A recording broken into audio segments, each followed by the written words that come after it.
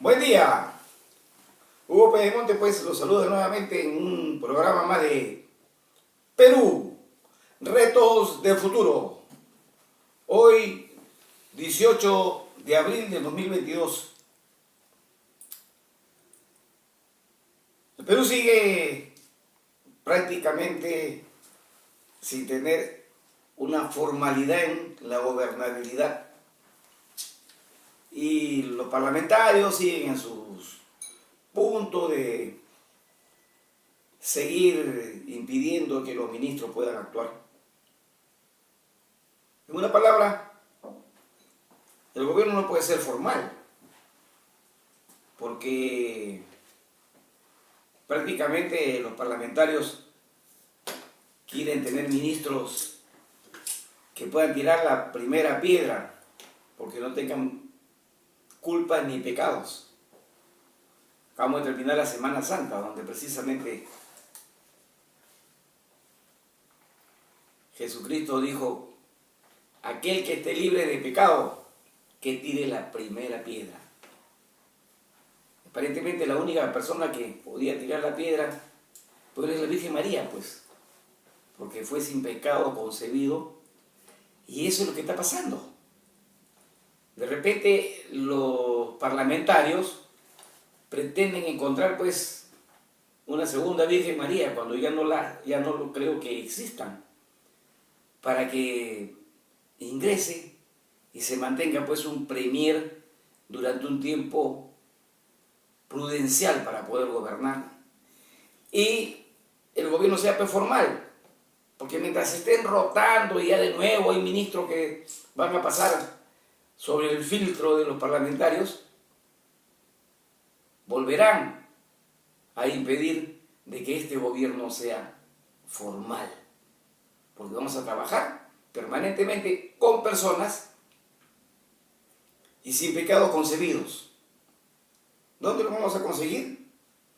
Bueno, preguntémonos pues a la divina providencia, ¿de dónde van a aparecer ese tipo de ministros?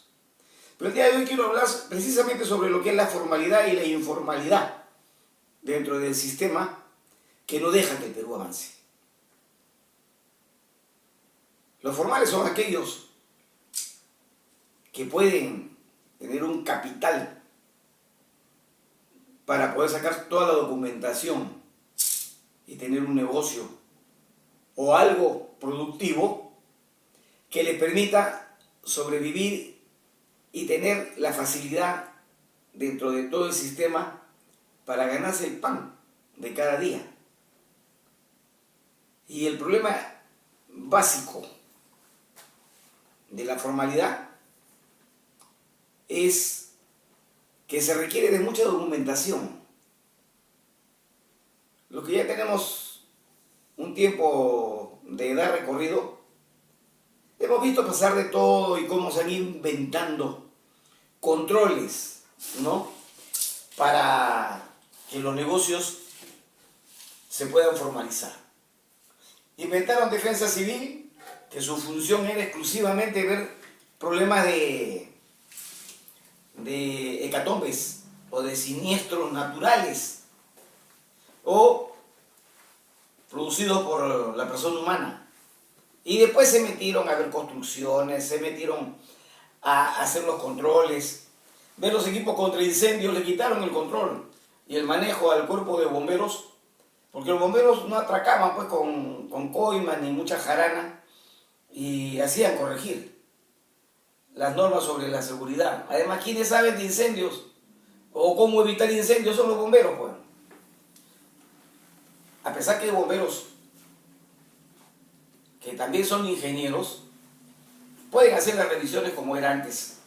Pero Defensa Civil también se convirtió en lo mismo, en lograr dinero, el lucro para el Estado y para la burocracia.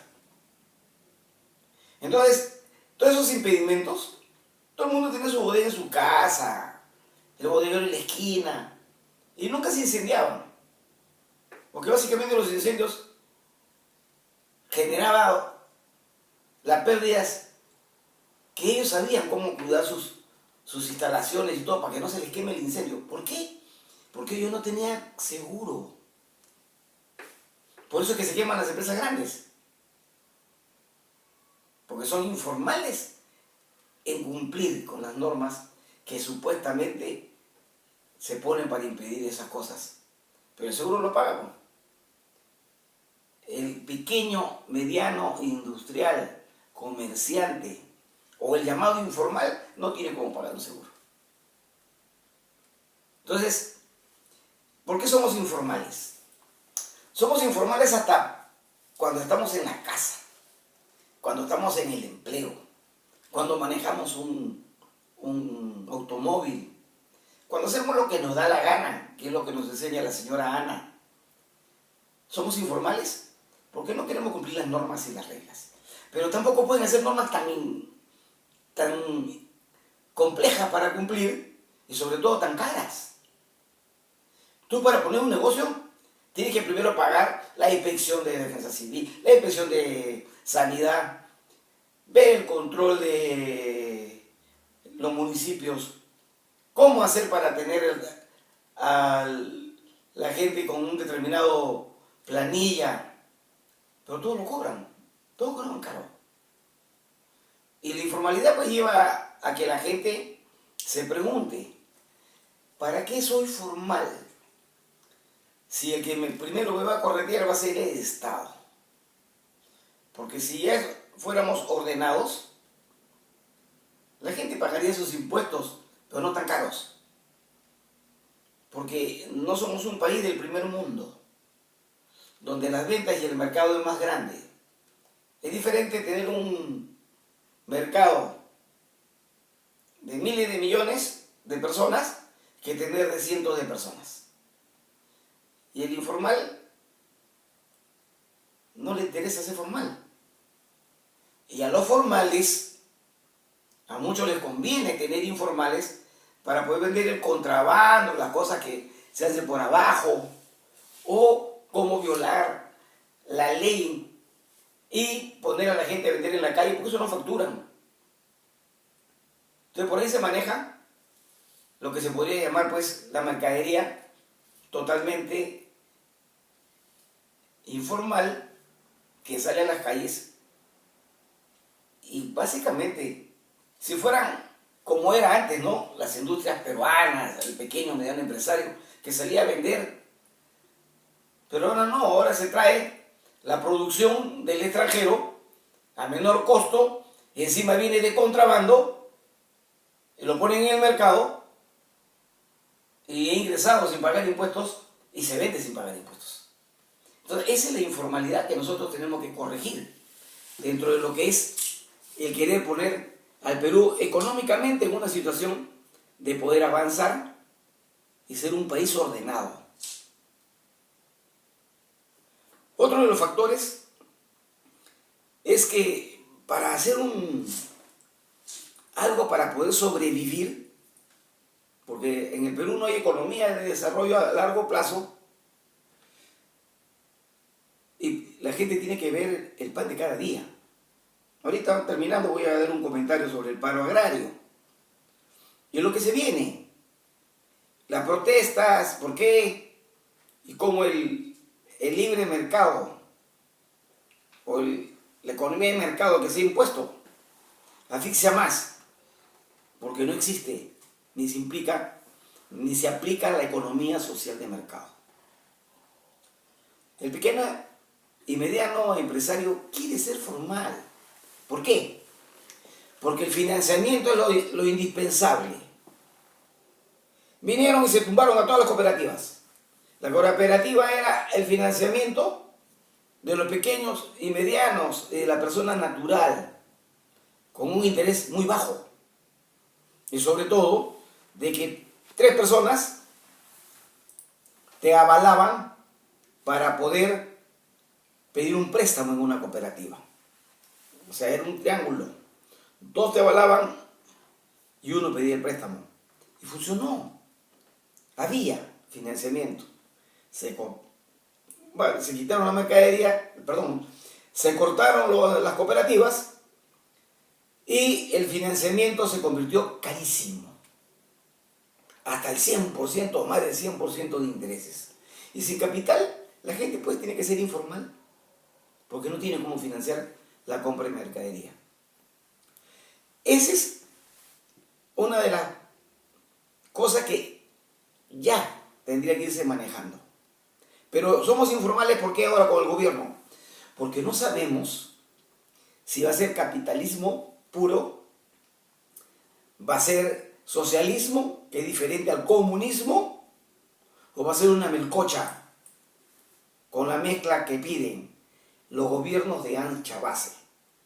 Yo creo que la solución para que el gobierno deje de ser informal, que ningún ministro que se vaya a nombrar hoy día sea de cualquier profesión, todos tienen que ser parlamentarios. A ver si los parlamentarios comienzan a tumbarse entre ellos.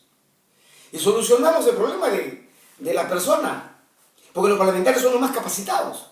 No es que le tomaron examen como a los niños cuando van a entrar al colegio, al jardín de la infancia, le toman examen de todos los tipos, psicológicos, de conocimientos y todo. Pero los parlamentarios es capaz, pues, porque llegaron a ser los hombres más capaces que hay en el Perú, porque ellos no tienen necesidad de dar exámenes, no importa que sean analfabetos, son la última chupada del mango, ¿no? Son la herencia pura y casta de la inteligencia de los grandes filósofos de la antigüedad. Y se le soluciona el problema al presidente. Y ya el gobierno puede ser formal. ¿Por qué? Porque la capacidad está en el Parlamento, primer poder del Estado. ¿Son informales o no son informales los parlamentarios? También esa es la pregunta. Y para cerrar el tema, y grabar poco para que la gente haga rápido, voy a tratar de hacer más cortos los comentarios. La pregunta de ser formal o informal es si hay monopolios. Los monopolios tienen que ser formales porque son empresas constituidas para absorber el mercado. Y es su hermanito, los oligopolios, lo que manejan el mercado. Todos los informales se tienen que quedar en informalidad, pues no pueden competir dentro de un sistema de manejo monopólico. Y me hago la pregunta, ¿cuál es la solución? Mantener un gobierno democrático de supuestamente libertades, ¿no? Donde las restricciones más grandes que te ponen es como sacar tus licencias, tus registros y todo, cobrándote un montón de plata para eso. Te hacen montar todo el negocio para ver que te lo revisen y te dicen, no pasa. ¿Por qué? Porque te ha manchado el piso. No, porque de repente van a hacer el próximo permiso para que tengan las empresas, de repente decir, a ver, vamos a revisar si tienen virus de COVID. Señor, me encontró COVID en su empresa. No pasa. Vacune su tienda.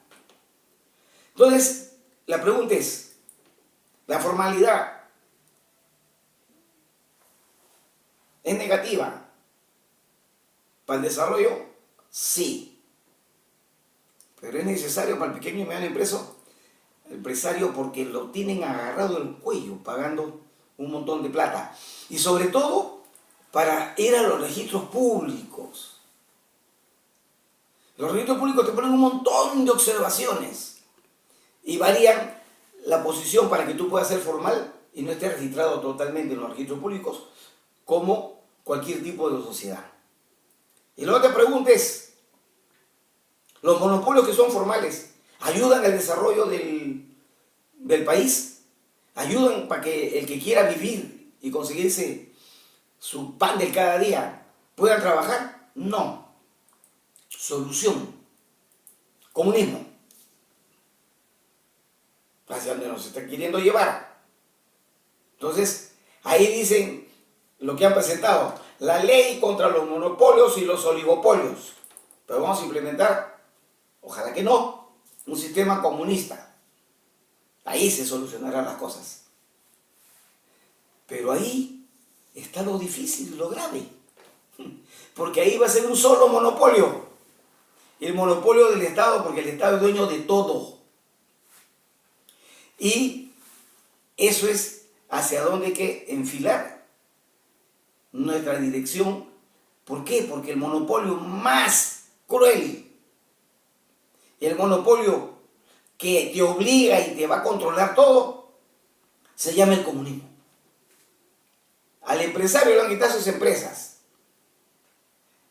Y igual que en Cuba, el Estado es dueño de todo, hasta de las bicicletas, aunque ahorita está cambiando un poco el tema, y es lo que queremos dejar como mensaje. ¿Qué es mejor? ¿Un capitalismo a ultranza, agiotista, o un comunismo monopólico que se hace propiedad de todo lo que existe en un país? Eso es el tema que hay que poner en debate. ¿Hacia dónde vamos y qué queremos hacer? Y, como dijo, ser o no ser es la cuestión. Así que, amigos, dejo este tema para poderlo debatir más adelante, de qué sirve la formalidad y de qué sirve la informalidad y cuáles son las condiciones para ser formal o informal.